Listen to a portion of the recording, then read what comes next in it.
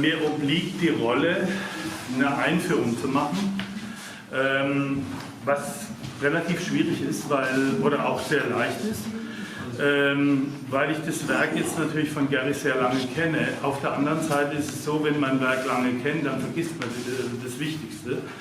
Und deshalb muss ich mir trotz allem ein paar Sachen aufschreiben, die für das Verständnis seiner Arbeit wichtig sind und auch für die Architektur dieser Ausstellung, wenn man davon überhaupt sprechen kann, dass es eine Architektur ist. Wir haben uns kennengelernt 2001 in New York. Das Werk von ihm kenne ich allerdings seit den frühen 80er Jahren. Das war damals vermittelt durch Jonathan Lasker, durch einen kleinen, schmalen Katalog Fact and Fiction, der mit Stephan, Jonathan und eben Tom Noskowski eine kleine, aber wichtige Ausstellung in New York markierte und der immer in meinem Bücherregal eine ganz besondere Stellung hatte, ne? Weil der Text von Carter Radcliffe sowas beschrieben hat wie den Umsturz oder die Umwandlung der Malerei der 70er Jahre im Transfer in die 80er Jahre, aber ohne den Punkt, dass diese 70er, 80er Jahre Debatte, so wie wir das mit Bildermalerei und Figürlichkeit kennen, gelaufen ist. Also die drei haben versucht, ein neues abstraktes Vokabular zu erfinden, oder nicht zu erfinden, oder doch zu erfinden, aber zu etablieren und sind damit natürlich auch in ein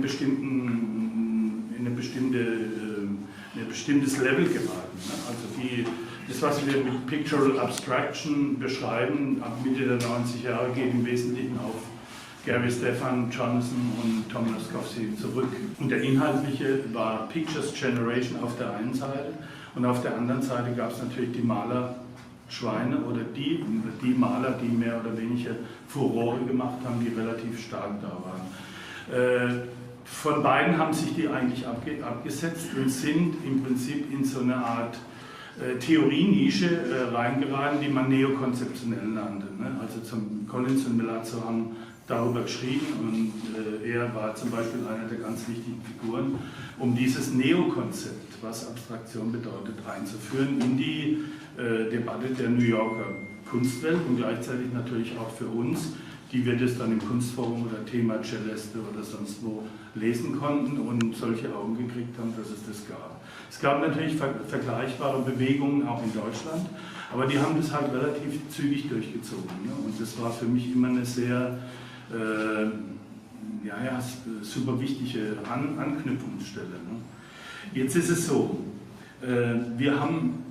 also ich kenne das Werk so lange, wir sind in Kontakt geraten und die Bilder sind mehr oder weniger aus ganz unterschiedlichen Gründen zusammengekommen. Was Sie hier sehen, ist jetzt keine Ausstellung im herkömmlichen Sinn, wo ein Künstler seine Retrospektive baut. Und trotzdem ist es eine Retrospektive aus gebauten, guten Bildern, die im Prinzip jetzt in einer Privatsammlung oder in Privatsammlungen sind.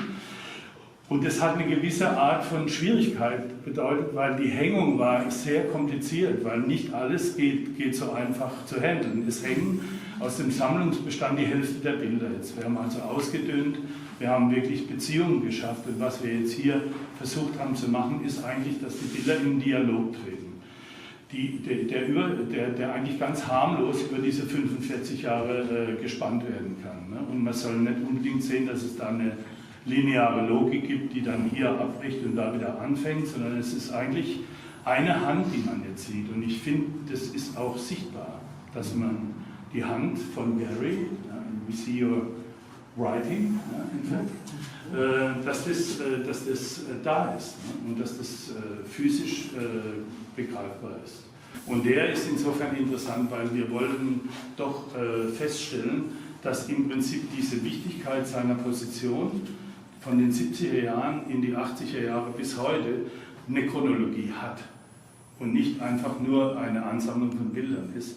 Denn eine ganz wichtige Stelle, und damit möchte ich schließen, ist die Frage, die er sich schon als Student gestellt hat. Die heißt, was ist das, was ich tue? Und er hat das Bildformat gewählt und die Malerei gewählt, immer in der Absicht, das Bild als Objekt und als Illusion zu benutzen. Und nicht als Fetisch. Also das war ganz wichtig für mich im Verständnis seiner Arbeit, dass die Fetischisierung, die wir ja im Moment immer Bildern gegenüber betreiben, bei ihnen nie eine Rolle gespielt hat. Schönheit schon, aber nicht Fetischisierung. Und damit übergebe ich das Wort an Gary.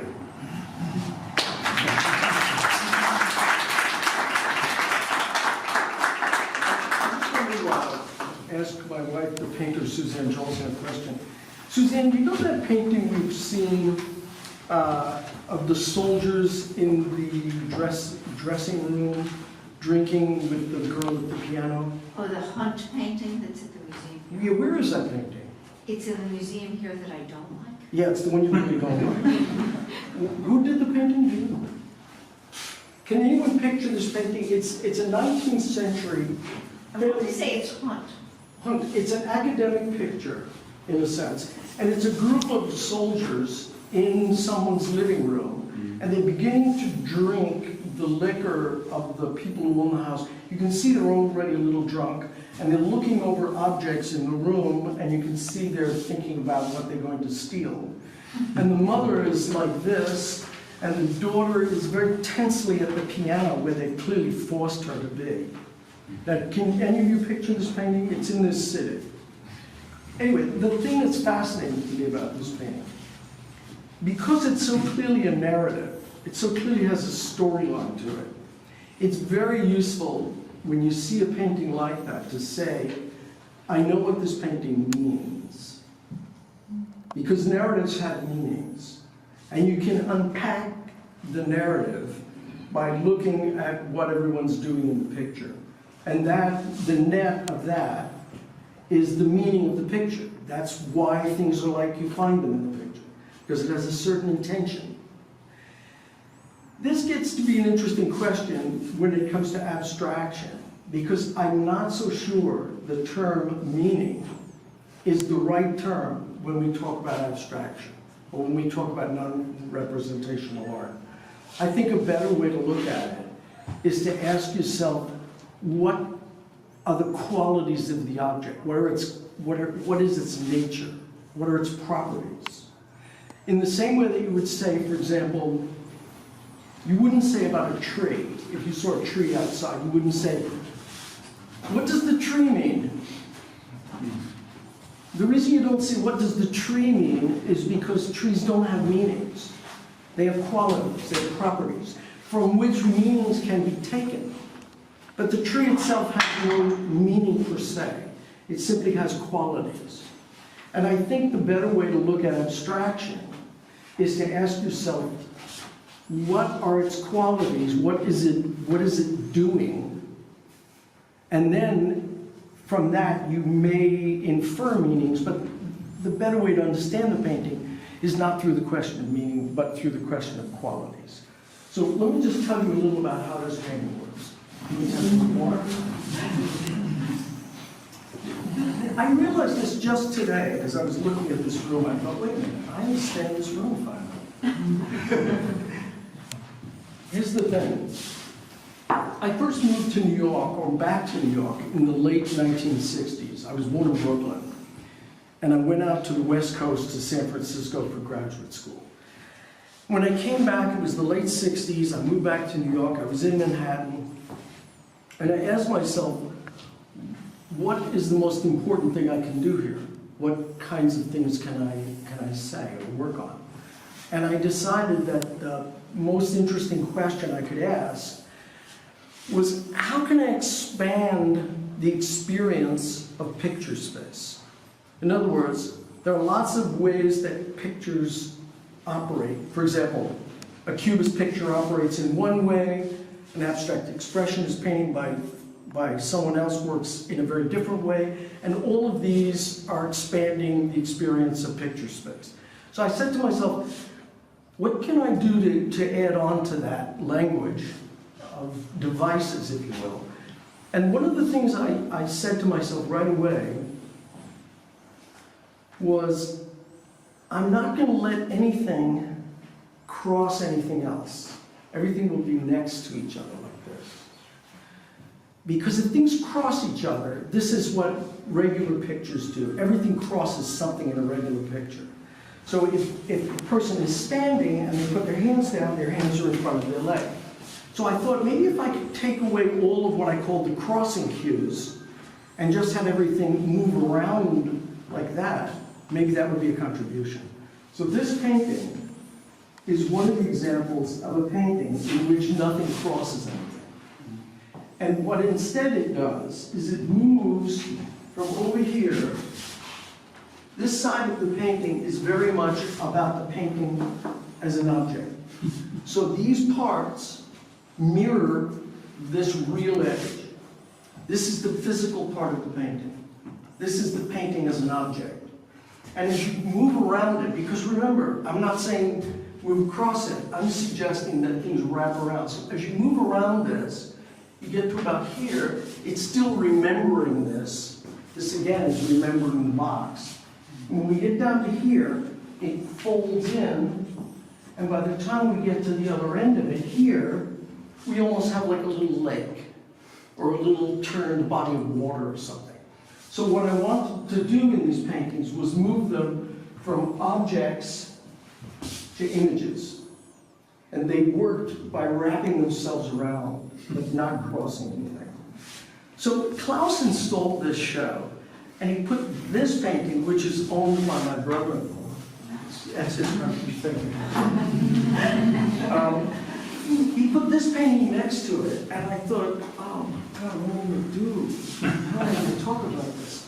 And the fascinating thing is, if there's one big break in my practice, it was ultimately the abandoning of the idea that things couldn't cross. And once I said to myself, oh, they can definitely cross, in fact, they should cross aggressively, then what happened was the space of the picture completely opened up. So this one is probably more layers of space, and they're all crossing each other. So what we have here, I'll start at the back of the picture, so to speak. The back of the picture is this dark place. And on top of the dark place is this oval in here. And that oval is behind this yellow object, but it's also attached to this object here, which is on top of the yellow. So it even casts a shadow. So there are layers of picture space that are moving in, and then there are problems with it because this object is partially made of the thing in the back and partially made of the thing in the front. So I realized that my contribution to painting is, it's a really simple idea.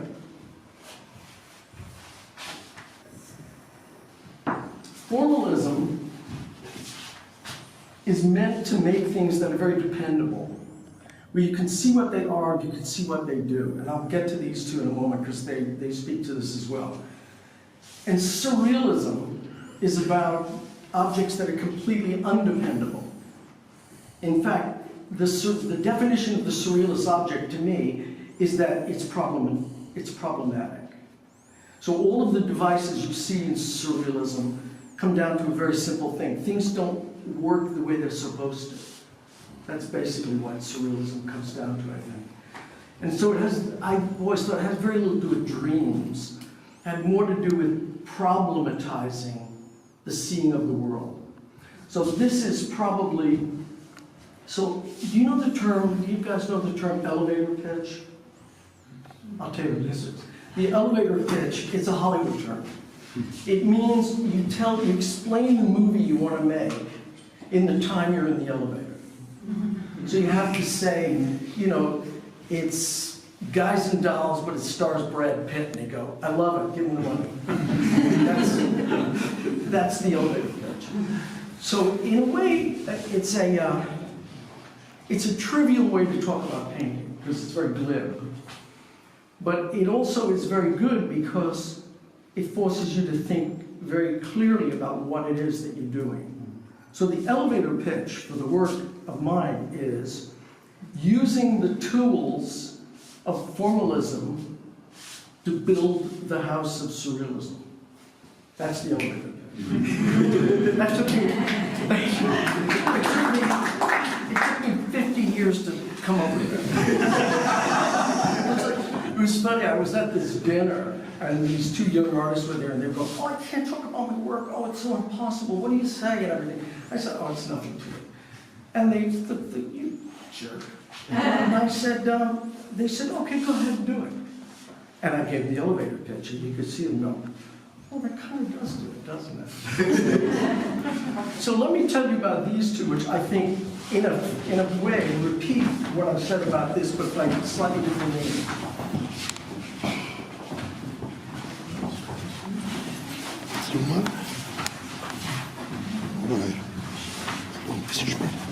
This is my only contribution to the installation of this show. Is I said to Klaus, maybe we could put the earliest painting in the show, 1973, next to the newest painting in the show, 2015. Because I think they actually, well, they're both squares for one thing. So they both have a certain kind of formal agreement. But they also benchmark the entire practice. So this one operates by the rules of that one, in that nothing crosses anything. This image is compounded from two ideas. One is that this part of the black fits perfectly inside of the square, much like the way that corner of that painting works, where the parts reiterate each other, right? And this part is about mirroring. So this part is doing this, so that the physical side, and did you mention, you mentioned the image and object, right? Yes. Yeah, because this is a perfect example of the image-object question, because what you see here is this surface is a real surface, this is the object, and this surface is a picture idea, this is the fiction of the picture. So it's an image, a mirrored image that's made of something real with something fictive. And this is the same thing. This is the real object, and this is the picture of the object. And then they both came together to create this image in which, again, nothing crosses. This one, everything crosses. So the layers in this painting, and after I say this, by the way, I hope I'm putting enough ideas out that maybe you guys have questions, because that's the most interesting part to me. In that I could talk about this work, but I know about this work. And I know the way I think about this work. But I don't know the way you think about this. And I don't know what maybe you want to know about it. So I hope, let me talk about this one for a minute though. The planes in this picture are first, this one, the black frame, and then on the black frame is this field of stripes, and then that's framed off in time. But the curious, I want to say one more thing about it. This also doubles each time. This is one, this is twice this, and this is twice that. So the volumes move around like that. The thing that, and somebody noticed this at the opening list, that was really good. They said, you know, maybe this back here, which is now behind the red, even though the red is actually behind this, but maybe this is the key to the painting right here. Mm-hmm. And this is where it's interesting in the way accidents play into the making of things, because this was not an intention. I really was thinking I would just make them big enough so that then I could frame them off. And I just got it wrong. But once I taped it off and I realized I had these, I thought what this does is it starts to suggest that maybe these things don't attach to this, but maybe they end here. And that, you don't think, maybe not.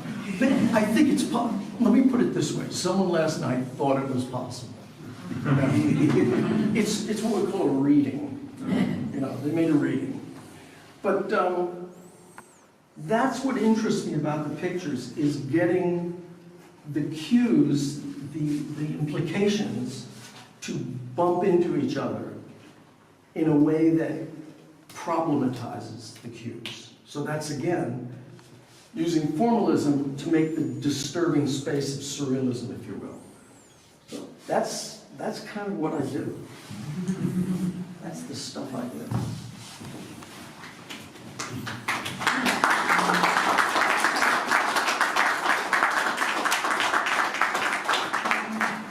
So anything you'd like to know within reason about my personal life or my practice, I'm happy to answer. So if anything's crossed your mind, just let me know. Something just came across my mind. Yeah. When you're talking about the reality of the object and Yes. the picture and the thing. So- What kind of quality do you think can we attach to illusionism or the illusion in a painting? It is part of reality too. So where's the opposite between the real object and illusion? Well, I think the illusion is what I would put in the box called the picture. You know, so all of the devices that let you make pictures, illusion being one of them, fits in there. And then all of the other qualities of the object are what make the painting. The painting is the real, I've always said this, if a dog comes in the room, the dog can chew the painting, but he can't chew the picture. And the illusion is part of the picture making. So like, think of your work. This is Wolfgang, you may know his work. And Wolfgang's paintings are highly pictorial, but they also, because of the way in which you aggressively treat the thing, they fail. They kind of break down. And it's somewhere the tension is between the breaking down or the commenting on the object and then how much of the picture survives, or the illusion, right? And it's keeping those in some sort of an interesting tension.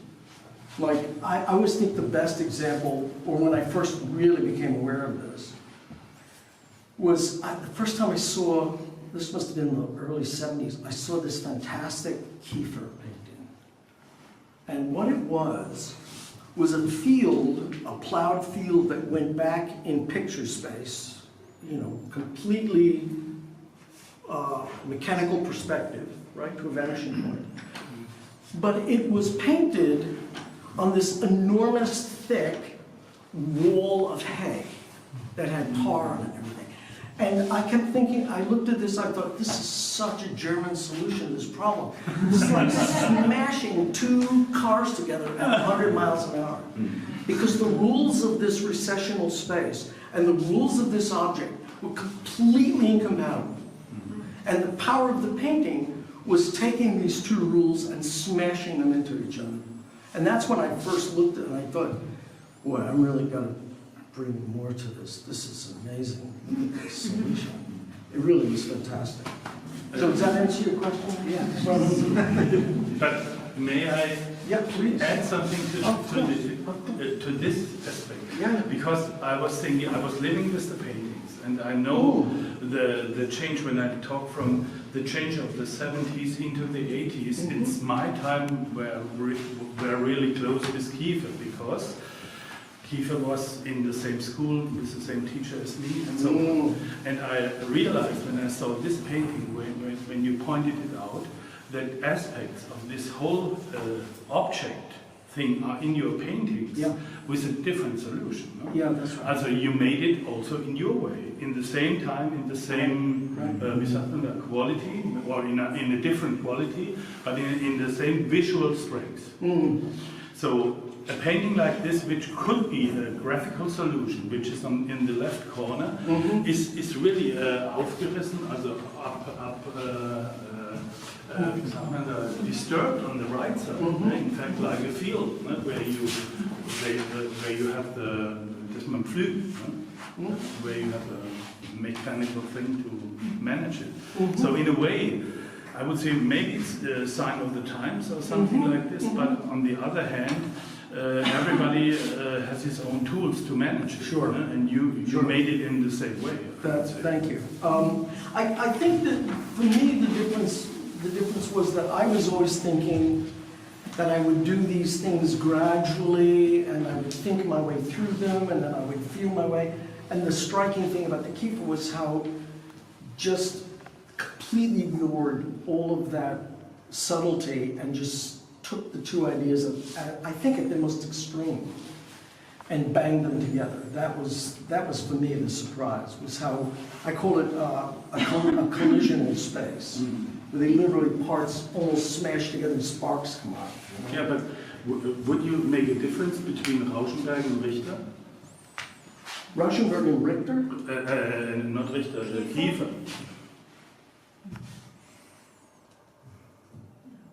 Yeah, I think so. Yes? Yeah, I think so.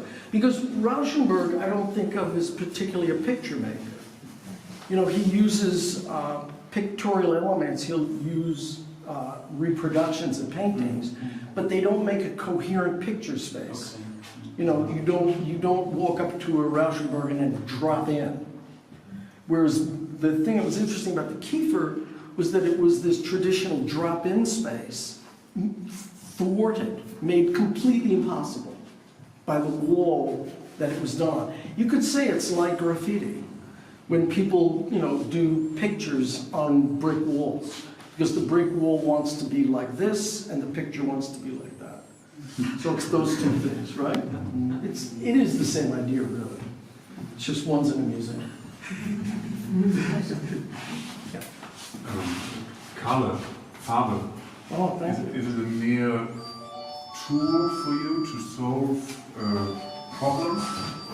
You didn't talk about color at all. Yeah, I know, because color's the trickiest thing to talk about. Because I have no theory of color. I have no theory of color. What color is the house of surrealism that you built? Yeah. So sometimes the color is what I would call associative, right? So to be linked to the world, like this painting, is basically the color in a representational picture. This would be the color for sky and the color for light. So I use them, though, in the wrong way, so that the sky blue is woven so that it stays together, making the blue a problem. And then the yellow, instead of being soft and opening up the picture space, is instead this object that actually has little black things stuck behind it to make sure you see that it's something right there. So that's the way I understood the color in that. The color in this one, which is from a very different time, came from going to Padua and seeing the Giottos. And this is a direct lift of a part of a palette in a Giotto. Even down to the mark making at the bottom was taken from the way Giotto paints garments. You know, he has a very kind of schematic way of painting garments. It doesn't do like that. He just kind of fills it in kind of like that. So the color in this is very associative, comes out of history. This one is local color, and sometimes, for example, for a period, we could go in the other room, I could show you a different idea about color.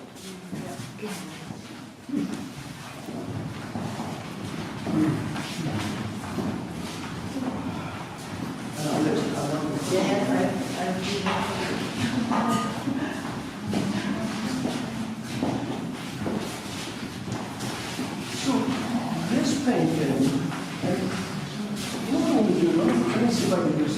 I'm going to take that little one down and put it in together. Okay.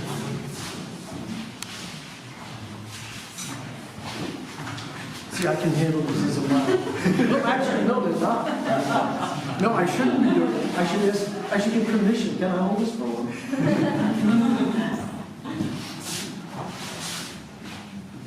These two paintings are part of a period I worked on that came out of, large degree came out of Kessler David Friedrich. And there's some kind of dramatic backlighting. And what I wanted to do is I wanted to work on the power of light to make meaning in a picture. But I didn't want to put the hero in the middle of the picture. So I thought maybe there's a way that I can speak about this kind of light and this kind of world without having someone standing there contemplating the ocean. So these I came to call the templates. Templates. And they came out of, in a sense, the nature of these templates was they were somewhat like Biedermeier furniture. They have those same kinds of simplified shapes. So they're somewhat associative, but they're not so associative that you become kind of distracted by them. So I actually brought one of the templates here from New York. This is literally what all of the paintings that have this shape in it were made with. It's always the same size, and I'll show you.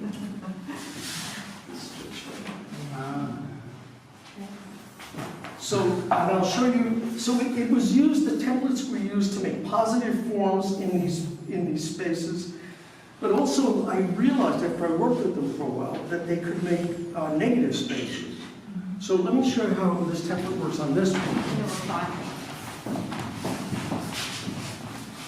So even though this is the figure here, when I came to this part, this was made from fitting that template on there and treating it as though this was the end of an object and these were holes in the picture. So in fact, this painting flips back and forth because on this side of the painting, this area is all figure. This is the edge of the figure, right? It's almost like this is a solid and this is a void. And when you get over here, this side of the painting, the same black field, these things are now the solids, and this is the void. So the painting has pulled itself through itself like turning a glove inside out. Okay.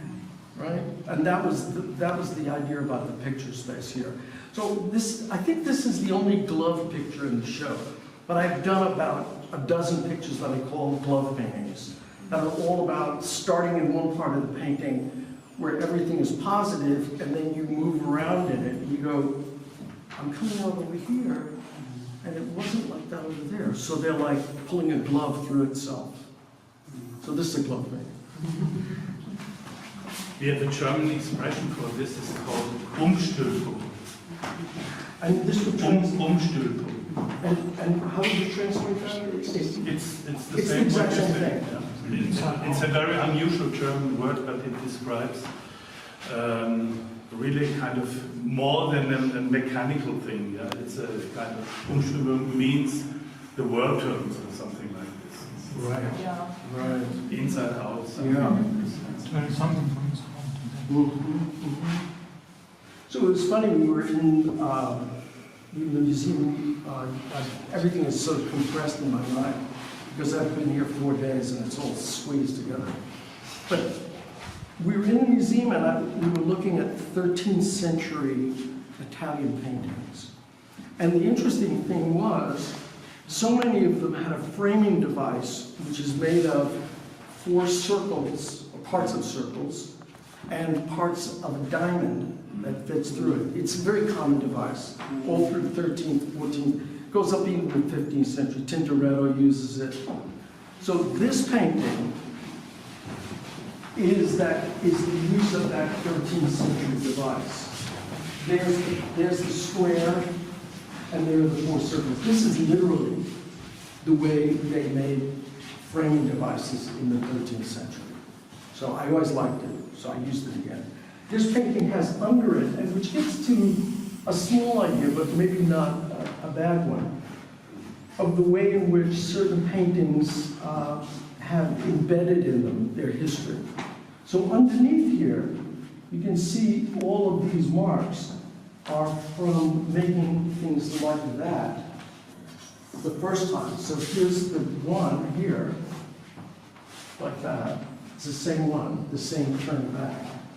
And then I think there are some others that float through there. But years later, I washed the whole thing out.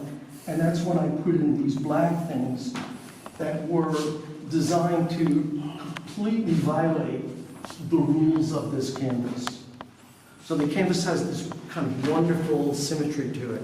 And then the black things, I really just sat around and thought, where can I put things in this painting where they would least belong? And that's where those black things went. I thought, right? Yeah. Which is a game, by the way, I'll tell you. You probably, do you know the game Battleship? Is it a German? Yeah.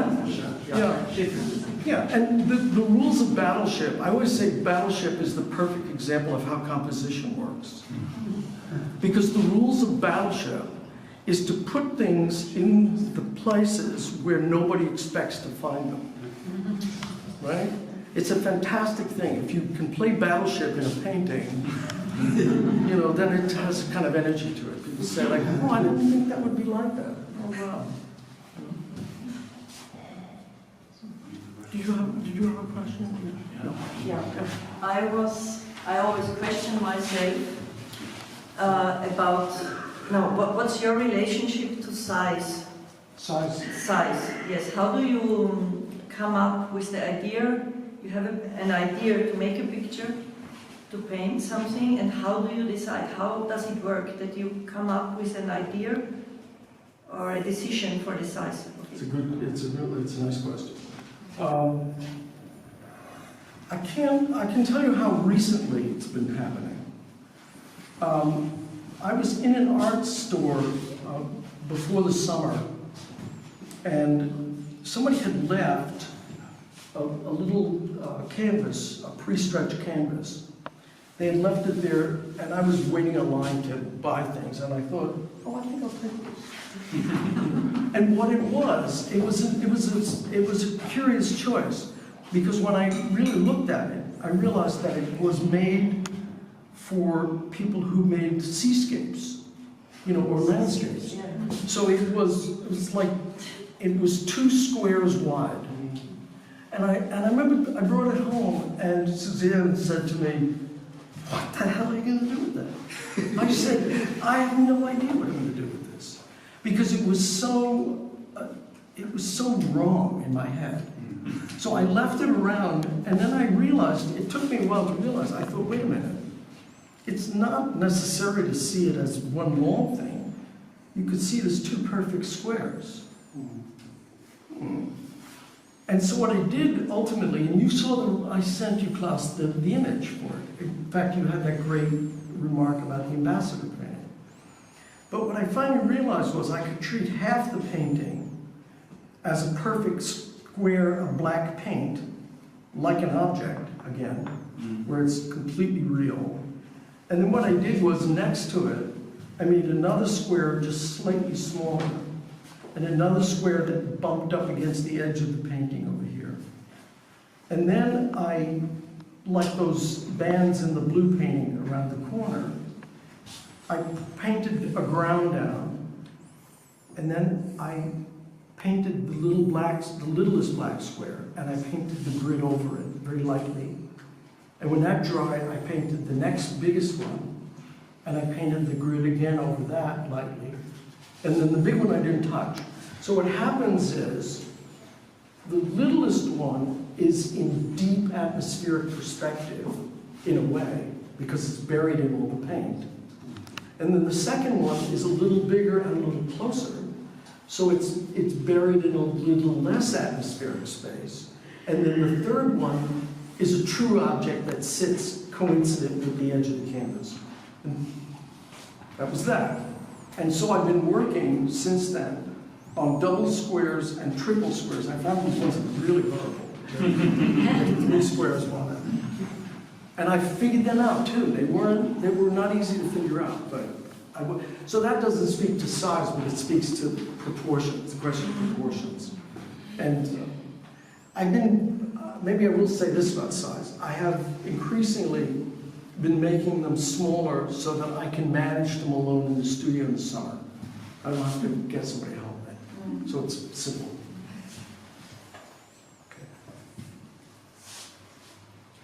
I just want to pick up a bit on the color question, but not so general, more specifically with this painting. What was happening in the mid-90s where they got really colorful? And this is a particular kind of fabric or material that has a shimmer to it that's not like, Yeah, I'm wondering what, if you could talk a bit about this group of works, as this one kind of representative. yeah. Well, somebody said a nice thing about these paintings, the template paintings, as they were going through their death spiral. It took about 10 years to work through these. And at the very end, there was a painting. Can we just quickly look at this one? I want to show you something right here. This one has the last, almost the last of the templates. It's right here. It's almost gone. It's almost buried in this red area. And somebody said to me about these at this point, it's as though the template paintings were beginning to melt in your mind. And I said, oh, that's good. I think that's right. So that's what happens when the template paintings completely melted down. And the other thing that they're connected to, do you know the Magritte Vache paintings? Yes. It's the Magritte Vache paintings. I looked at those. This is your period of This that. is my Vache paintings, exactly. There were 2 years when I went, oh, just do this, and you can do that, and that's what happened. And so then you return to a more narrow kind of spectrum of colors, because I understand that the Bosch paintings, isn't the legend that they didn't sell, so he went back to... His wife made him go back. Yeah. She came to me and she said, okay, I hope you got that out of your system. You have 2 years of that. We didn't make any money. I really like the life we have. Now please go back and make your pictures. And he said, I will count. And that was the end of it. So you went shopping for a bunch of color and everything melted, and then you... It's something like that. It also was, there's a painting I showed in Austria in a big show called the Silent Baroque. It was and one of the paintings I had in it was this big black banner. And I always thought, ooh, I like that banner. It had some little strings on the end of it. And so this, in a weird way, that red thing, the red area, was a return to the black painting from the Silent Baroque show of 20 years earlier. So it's part of my own personal mythology of it. And the other thing that, this maybe goes right back to the beginning, to what I said about narratives. That in narratives you can pick apart the function of things and how they make the story. This has a narrative device in it that you would see in a play, where if one of the characters in the play was in bright light, which is like the little character in the upper left corner, you would know that this was a lucky character. And if the other character was in the dark, like the one next to it, the blue and gray one, you would know that this was a very unlucky character. So I tried to put that painting together the way you would compose with characters in like a cartoon or something. Well, as you said, like, this first painting came from your trip to Padua. Yeah. Is this intuitive decisions about color, or do these have outside external references? I mean, does the color come from somewhere in the real world? Or are you just responding to what's happening on the surface of the canvas as you're making? No, I think everything that's going on back here, and I think back here is the right way to look at it. I think everything that's going on back here is like a very delightful little world. It's almost like, a sunny summer in the cartoon world or something, right? And then this thing is in front of you with all of its problems, and then behind it is this delightful world. So it was attached to the way things look, when we look around, I think. And that strange shimmer? Well, the fabric. The first paintings I made in New York, and I was very self-destructive, and I didn't keep them. And it's one of my great regrets, really. Were all painted on fabric that had patterns on them, like flowers and things. And I would paint big things over them. So you know this device because it's a paint device. I mean, a polka device. From years later, and I kept thinking, I did that in 1967. But I don't have the evidence, so it means nothing. But this was a return to that too. I thought, let's play around with the grounds more. So it was, I think this whole period for a year or so was a way for me to just let that whole argument about the templates go. It was the end, it was the final party, you know. Parties. I would like to add a title from your catalog from these days, which I was also always impressed about it, and it's called Same Body, Different Day. And it describes very clearly what happens. Right. Yeah. Right. Exactly. It's not about style. Yeah. In fact, style, it always seemed to me that style should be, there's a term in, I want to recommend a book. It's one of my favorite books. It's called Emergence. And it's about the area called emergent complexity. And it's about how simple algorithms create complex outcomes. And I lost the train there. I like that idea so much, but I don't know where it was going. You then just said what? About style? Same body. Also same body, different days. It's not about style. Not about style. Not about style. Oh yeah, not about style, exactly. So the point is that what you really should do is have a set of ways to work like the way emergence works, where there's simple things you do and then out of them comes the complexity. But you don't start out saying to yourself, let's create a style. You know, what is my look? That the look actually should be an emergent quality. It should be a byproduct of conducting your job, of doing something. And the perfect analogy that we would all know in a minute is when they design a jet plane. They don't say to themselves, oh, let's have it really look great. You know, we'll move the tail way out here and all. They build a jet plane to do a certain thing, right? And then from it emerges, when they're done, out of the constraints of the needs comes the plane. Mm-hmm. But they don't start with, like a kid would, like I would as a boy, just draw nifty planes.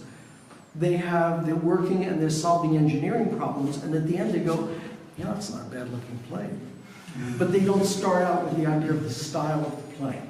And I think that's the way I work too. Oh, I should just add one more thing. I wasn't trained as a painter. I was trained as an industrial designer. So I still bring that kind of thinking to it, I think, where you give yourself a set of tasks, and then out of the task comes a certain appearance. But you don't start with the idea that you're looking for a certain appearance. Sorry, is Yeah. drawing then something important to you to develop your concepts for the painting? Yes. So in terms of you're using all this very different kind of material of paint, very liquid and very thick, so to bring out this precisely? Yeah. In fact, because drawing, I even say, I teach graduate school in New York, and I say to my students, you know, they'll start talking to me about things. I'm thinking of doing this. I say, just draw it for me. And they go, I don't do drawings. I said, are you crazy? You don't do drawings. Drawings are the fantastic shortcut. So yes, I have books of drawings and I draw them. In fact, recently I didn't know what to do with myself. And I opened an old drawing book and I was going through it and I went, oh, I could revisit that question right there. So the drawings are very helpful. Yeah, and they all have drawings. Yeah. Not maybe this one. Yeah. No, actually there is drawing for this. So I want to take that language of formalism and use it in a way that disturbs that dependability. So that instead of looking at it and thinking, oh, it's that wonderful formalism that's always like this, it's so clear and everything. With mine, hopefully, the more you look at it, you think, this is actually a mess. Okay. Yeah, it's a very, I see a very strong formalism in the beginning of your work. Yeah. And a very lyrical one also. Yeah. It's a very a big personality inside your image here and there. Well, and then I see a big fight with formalism. Yeah. And always this not consciously paint that thing like you mentioned on the red one. Yeah, You said you didn't make it consciously. that's right. And I couldn't, I said, it's impossible for me that you say you didn't do it. You didn't know that you did it. I didn't. And you didn't know what you did. No. And I couldn't believe. I know. And then No, I just- but I believe. I know don't you say do. you are I know right. it's- But then, if I Yeah. look at the other paintings here around, I was really impressed by the formalism, very formal paintings like this and that one. Mm. And I looked on your webpage, the newer ones are very Yeah, they really formalistic, are. they That's are right. really very big strengths. Yeah. Formalism. Thanks for sharing. But I always loved these little details, like that one. Yes, This, this Yeah. one. yeah. And on the other, Yeah. the other one. Yeah, And then I see that one, this one you Yeah. talked about. yeah. And you told me, told us that your wife said you should stop. The templates.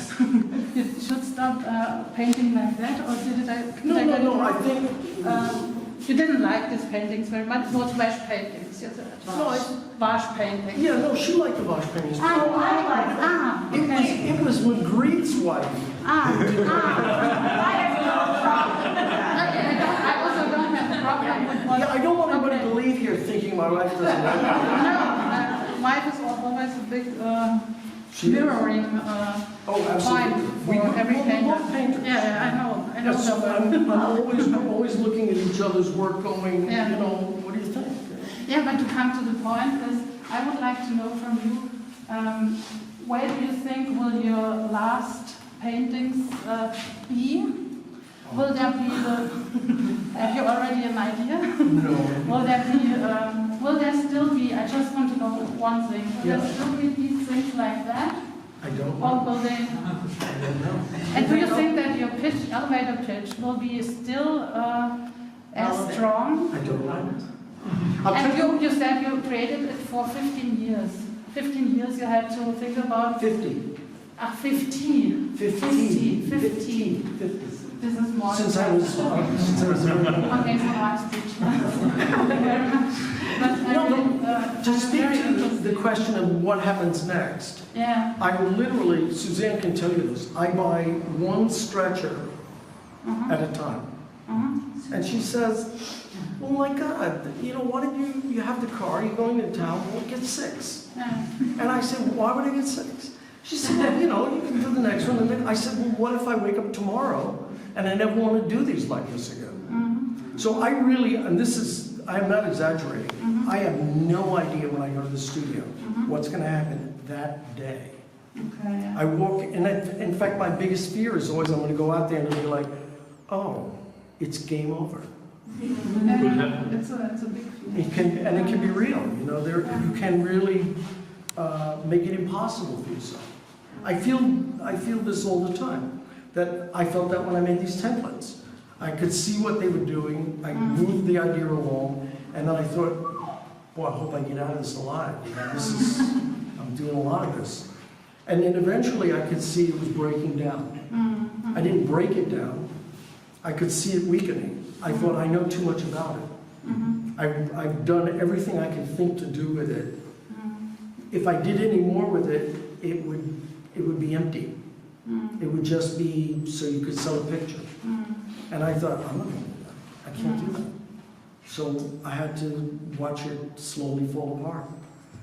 So it's in a very clear place right now for me, but I do think, boy, where will this be in 6 months? Because I miss certain things. Here's the funny thing. There are things in some of these other paintings that I miss very much. I wish I had them in the studio. I wish I could do that again. But you can't, at least I can't, say, okay, well, you like that so much. Of course you can do it again. It's your studio. Make anything you want. It really isn't like that. The work at a certain level gets out of your control. And you think to yourself, gee, it'd be really nice if this had more curious color, or this had softer forms, or I could use the brush more. And I'll try it. I'll do it in the studio. I'll make it. Some of these paintings that look very simple, they've actually been through 10, 12 changes. And the first one will be like, oh great, I'm gonna get to make a yellow one. I'll paint the whole thing in yellow, and I look and I think, this can't be yellow. This is terrible. So then I think, well, what is it? It's not yellow, but what is it? And I'll find old paints and mix them up and look at them and think, okay, we'll just paint the whole thing out, wash the whole thing out white, and then I look and I think, wait a minute, that light yellow coming through, maybe that's good. So then I'll mix that color and put it on top, and it's like that. I mean, I literally have virtually no control once these things get started from the drawing. The drawing is really good, and I say to myself, oh wow, I'm gonna make the drawing. Then I'll have it, like 3 days, I'll make the drawing, I'll be done. And then I take the drawing and I put it up there with charcoal, and I look at it and I think, no, it's wrong. It should really be here, and I wipe this out, and I move it, and then it just goes where it goes. No. Oh, I'll say one more thing if things go where they go, and then this is my final thought on this, actually. It's a problem in what's called, you know, the word improvisation. And I was saying to someone one day, I said, it's all improvisation. And they said, oh, I hate improvisation. I'm always so worried about what's going to happen. I said, do you realize that every sentence that comes out of your mouth, unless it's a prepared speech, is an improvisation? Every sentence is an improvisation. When you started talking, you had a rough idea of maybe where you were going. But once it got going, you were like following the train. You didn't think like, oh, the next word is, because you were improvising. All sentences are improvised. And finally, all, with the best of intentions, all work is improvised. So this is the improvisation. But I think, nevertheless, you have a very big consciousity, or how do you say? Consciousness. Big consciousness, a very big consciousness. And it's a difference whether you improvise without consciousness or with, and consciousness does have to do a lot with thinking. And you have, I think you really have to, because it could be understood in a wrong way, this improvisation. Everything can be understood in a Yeah. way. But it was my, No, I take your meaning. Now, your speech gave us informations and at least a special need. Thank you. But I wanted to tell that this painting lives with us, this one. That's right. And it was the exhibition and the possibility to look at it from a different side that I discovered something so important for your work, I think. And you just said it a few minutes before when you described, when you tried to paint, and you said, oh, here comes a little light. And I discovered here, on this painting, the light. Here. And this show, Jon gives me the light. I discovered it. So it's beautiful to have this show. So, are we there?